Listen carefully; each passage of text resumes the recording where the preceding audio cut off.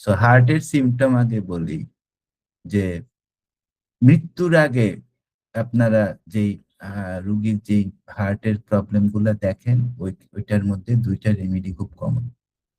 একটা হচ্ছে অ্যাকোনাইট, একটা হচ্ছে স্পঞ্জিয়া। পার্থক্য কি? পার্থক্য হচ্ছে অ্যাকোনাইটের মধ্যে আপনি প্রচুর পরিমাণ ইমোশনাল সিমটম দেখতে পাবেন, স্পঞ্জিয়ার মধ্যে আপনি কোনো ইমোশনাল সিমটম দেখবেন না।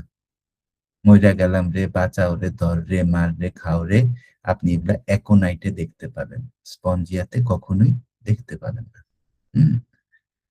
স্পঞ্জিয়ার রেসপিরেটরি ডিস্ট্রেস কোভিডে খুব বেশি লাগতো স্পঞ্জিয়া।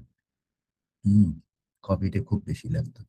কোভিডে অনেক রেমেডির মধ্যে স্পঞ্জিয়া, ড্রোসেরা, ব্যাসিলিনাম সেই লেভেলে লাগতো, ন্যাট্রাম খুব ভালো লাগতো। তো অ্যাকোনাইটের মধ্যে এখন কথা হচ্ছে কি, হ্যাঁ, পেশেন্টের মধ্যে অ্যাংজাইটি থাকবে, কিন্তু মইরা গেলাম অ্যাকোনাইটের মতো, আর্সেনিকের মতো ইমোশনাল রেসপন্স পাবেন না। হ্যাঁ। এবং যত বেশি কাশি বাড়তে থাকবে, তত বেশি তার মেন্টাল সিমটম নিয়ে করবে। আর এর কাশি রাত্রেবেলা হঠাৎ করে বাইরে যাবে, হঠাৎ করে বাইরে যাবে। হ্যাঁ। এবং কাশি শুধু বাড়বে না, কাশির সাথে শ্বাসকষ্ট হবে। হ্যাঁ, এবং সাধারণত রাত্রেবেলা মানে ভোর রাত্রির আগে ধরেন ২টা ৩টার দিকে খুব বেশি পরিমাণ বাড়ে, খুব বেশি পরিমাণ এর মধ্যে কাশিটা পাইরা যায়।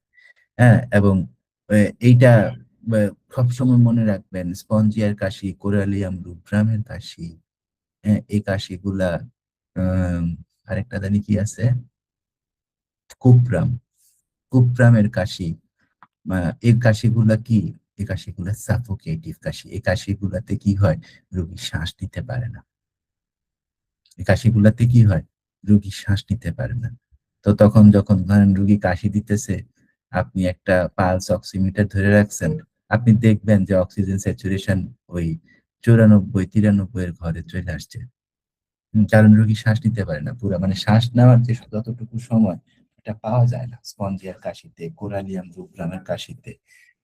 এবং হোমিওপ্যাথিক রেমেডি অ্যাস্ট্রোনাইসিংলি কাজ করে। সো আমার মনে নাই, এটা মনে হয় গত বছর বা তার আগের বছর আমি পেইডের ক্লাস নিতেছি। আমার বড় মেয়ের কাশি শুরু হয়েছে, আমি কিন্তু ক্লাসে। তো ক্লাসের মধ্যে আমি কাশির শব্দ শুনে আমার কাছে মনে হইতেছে যে এটা কুকরামের কাশি। হুম। তো কাশিটা মানে প্রায় ৫-৭ মিনিট ধরে কাশি ছিল, কিন্তু হঠাৎ করে দেখলাম যে এটা কুকরামের মতন মনে হইতেছে। আমি ক্লাসটাকে পজ করে রাইখা যে ভাই ২ মিনিটের জন্য আমি একটু আসতেছি, এইটা বললে আমি তারে কুপ্রামেটালিটাম 1 এম একটা ডোজ দিলাম। ডোজ দিয়া আমি আবার ক্লাসে বসে গেলাম। তো ক্লাস শেষ করে গিয়ে দেখি যে এভরিথিং ইজ নরমাল। মানে আমি ক্লাস করতে করতে শুনতেছিলাম যে ওর আর কাশি হচ্ছে না। তো এইরকম ভাবে আপনি হোমিওপ্যাথি ছাড়া আপনি কাশি জ্বর এগুলো কন্ট্রোল করতে পারবেন না। আপনি হাসপাতালে গেলে আপনি মানে বিপদে পড়ে যাবেন দেখতে দেখতে। টেস্ট করতে তো ২ দিন লাগবে, আপনার কি হয়েছে এটা আগে বুঝা নেই, টেস্ট করতে ২ দিন লাগে। হ্যাঁ, এবং যদি লাউজি হাসপাতাল হয়, আমাদের যেরকম সরকারি হাসপাতালগুলো, হয়তো তো ৩-৪ দিন লাগে। বৃহস্পতিবারে গেলেন, শুক্রবারে ডাক্তার নেই, শনিবারে ১২টার সময় আইলো, টেস্ট লেখলো ২টায়, শনিবারে ওই সময় ল্যাব বন্ধ হয়ে গেল, রবিবারে টেস্ট করলো, সোমবারে রিপোর্ট দিল, সোমবারে আবার ডাক্তার আসলো সন্ধ্যায়, বা সোমবারে আসলোই না। আপনি রিপোর্ট আর ডাক্তার মিলাইতে পারলেন মঙ্গলবারে। আপনার ট্রিটমেন্ট শুরু হইলো মঙ্গলবার বিকাল থেকে, বুধবার, বৃহস্পতিবার, শুক্রবার গিয়ে আপনি বেটার ফিল করতেছেন। তার মানে হচ্ছে প্র্যাকটিক্যালি আপনি বৃহস্পতি, শুক্র, শনি, রবি, সোম, মঙ্গল, এই ৬ দিন আপনি বৈশা আছেন উইথাউট এনি রেজাল্ট। তাই না? এটা বাংলাদেশে আমরা খুব বেশি দেখি আর কি। আরেকটা হচ্ছে যে ফিভার। হ্যাঁ, ফিভারের মধ্যে, সরি, ফিভারের মধ্যে যেটা হয় এটা হচ্ছে যে প্রচুর পরিমাণ ডিলিরিয়াম হয়, কারণ স্পঞ্জিয়ার ফিভার ফুসফুসের সমস্যা থেকে আসে সাধারণত। তো স্পঞ্জিয়ার ফিভারে প্রচুর পরিমাণ কি হয়, ডিলিরিয়াম হয়। এবং এখানে কি হয়, এখানে মানে মানুষ উল্টাপাল্টা কথা বলতে থাকে। হুম। এবং এখানকার অসুস্থ অবস্থায় আহ, আপনার রোগীর কাছে মনে হয় হইতে পারে যে সে অনেক বেশি কনফিউজ আছে। সরি। আরেকটা জিনিস হচ্ছে যে স্পঞ্জিয়া যখন সুস্থ অবস্থায় থাকে তখন অনেক বেশি হাসাহাসি করে, অনেক বেশি আনন্দের একটা স্টেজে থাকে। এবং স্পঞ্জিয়ার ডিলিরিয়ামটা, সো ডিলিরিয়ামের অনেক ব্যাপার আছে। ডিলিরিয়াম, আমি আপনারা এখানে ডিলিরিয়াম দেখার মতো লেখাপড়া করার স্টেজে নাই, এই কারণে আমি বেশি বলতেছি না। ডিলিরিয়াম বুঝতে হইলে অনেক কিছু বুঝতে হয়।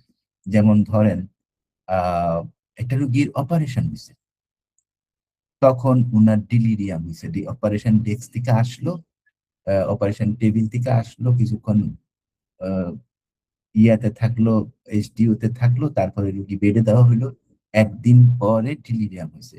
ডাক্তারের প্র্যাকটিস অফ মেডিসিন অনুসারে ডাক্তারের প্রথম কাজ হচ্ছে ফাইট করা যে এখানে কোনো সেপটিক কোনো ফিচার তৈরি হচ্ছে কিনা, ইনফ্ল্যামেটরি রেসপন্স তৈরি হচ্ছে কিনা, প্রচন্ড রকম সাইটোকিন রেসপন্স তৈরি হচ্ছে কিনা। We should test our ferritin, we should test our D dimer, we should test our CRP, we should test our ESR. হ্যাঁ, আমাদের এগুলা। আবার একটা রুগী দীর্ঘদিন ধরে হার্টের প্রবলেমের মধ্যে ছিল। আমি জাস্ট ছোট ছোট করে আপনাদেরকে স্টেজ গুলা বুঝাইতেছি, কারণ এটা এখানকার সাবজেক্টই না, এটা এখানে বোঝানো যাবে না। তো ছোট ছোট কইরা অনেক ইয়ের মধ্যে ছিল যে হাসপাতালে ছিল, হাসপাতালে যায় বাসায় আসে, হাসপাতালে যায় বাসায় আসে, হাসপাতালে যায় বাসায় আসে, এই রোগীর ডিলিরিয়াম হচ্ছে। এই রোগী হয়তো তার যে ছেলে, ধরেন তার ছেলেই নাই, সে তার ছেলেরে খুঁজতেছে, বা তার সামনে তার বউ নাই, তার বউরে খুঁজছে। বিভিন্ন ধরনের ডিলিরিয়াম হচ্ছে, বিভিন্ন ধরনের হ্যালুসিনেশন হচ্ছে। ডিলিরিয়াম এবং হ্যালুসিনেশন দুইটা দুইটা স্টেজ। ডিলিরিয়াম আগে হয়, হ্যালুসিনেশন পরে হয়। হুম।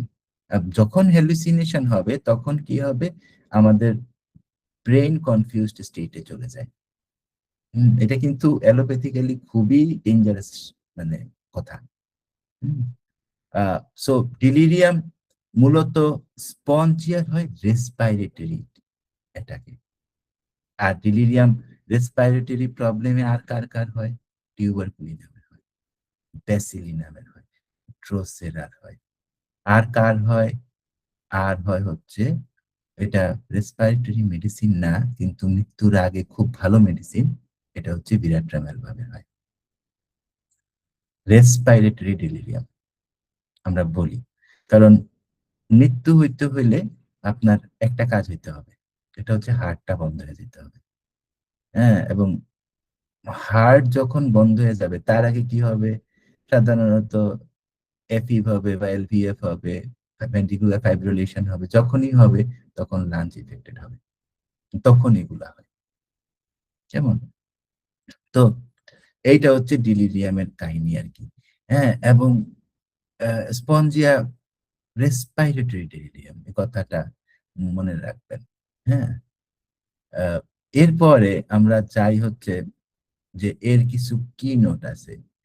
এটা কি, এটা হচ্ছে মানে মনে হবে যে তার কাশিটার মধ্যে করাত দিয়া তার গলাটারে কেউ কাটতেছে। এবং কাশি, আমি প্রথমেই বলছি, শীতকালের রাত্রেবেলা গ্রামে গেলে বা আমাদের শহরেও আমরা শুনি মাঝে মাঝে যে কুকুরের যে কাশিটা, হ্যাঁ, কুকুরের কিন্তু ক্রুপ খুব বেশি হয় না? আর আমাদের ক্রুপের খুব ভালো মেডিসিন কি, লেক ক্যানাইনাম না? তো হোয়াট এভার, আহ কুকুরের কিন্তু কাশি খুব বেশি হয়। কারণ কুকুরের ওই ওই গলা, ওই গলাটাই ওর সবচেয়ে বড় ধরনের প্রবলেম তৈরি করে। তো কুকুর এটা বার্কিং পার্কিং টাইপের ইয়ে হয়, এটার মধ্যে হুইস থাকে। বাচ্চাদের দেখবেন শীষের মতো উঠে, শীষের মতো উঠে। এবং এটা কি থাকে, কোনো মিউকাস আসে না, মিউকাস আসে না, আসে না, মিউকাসের কোনো রেইলও আসে না। তাহলে এটা আপনাকে কি বলতেছে, এটা আপনাকে ক্লিনিক্যালি কি বলতেছে? আমরা দুই রকম মৃত্যুর কাছাকাছি মানুষ দেখি, একটা হচ্ছে অ্যান্টিমটার্ড, আর একটা হচ্ছে এই স্পঞ্জিয়া। রিজওয়ানার শ্বশুর অসুস্থ হয়ে গেছিল, ওটা ওইটা কোমাটা অ্যান্টিনটার্টে ছিল, তারপরে মনে হয় কি জানি একটা দিছিলাম, অপিয়াম না জানি কি দিছিলাম না জানি, আগে অপিয়াম দিছিলাম পরে অ্যান্টিনটার্ট দিছিলাম। ওই ভিডিওটা আছে, ভিডিও দুইটা আছে, ওইটা আপনাদেরকে দেখায় দিব নে, একটা ভিডিও কইরা। ওইটা দেখলে বুঝবেন কখন অপিয়াম দিতে হয় আর কখন অ্যান্টিবায়োটিক দিতে হয়। এটা করা হয় না, অলসতার জন্য করা হয় না, সময়ও পাই না। কালকে আবার তেল নিতে যাইতে হবে। গতকালকে রাত্রে আমার ড্রাইভার 11টার সময় বাইর হয়েছে, আজকে সকালে 8টার সময় আসছে। এই দেশটার মধ্যে হইলো এমন একটা অবস্থা, তেল পাওয়া যাচ্ছে না। হম। তো হোয়াট এভার। তো এই এই বিয়ের সাউন্ডটা হয়, করাতের সাউন্ডটা হয়। এবং স্পঞ্জিয়াতে যেটা সবচেয়ে ইম্পর্টেন্ট, রুগী যেটা সবচেয়ে ইম্পর্টেন্ট বলে, যেটা সব রুগী বলে এবং সব রুগীর কাছে এটা মোস্ট কমন, এটা কি জানেন? এটা হচ্ছে রুগী বলে যে আমি যে শ্বাস নিতেছি, আমার সামনে মনে হয় যে কোনো একটা কিছু আটকে আছে।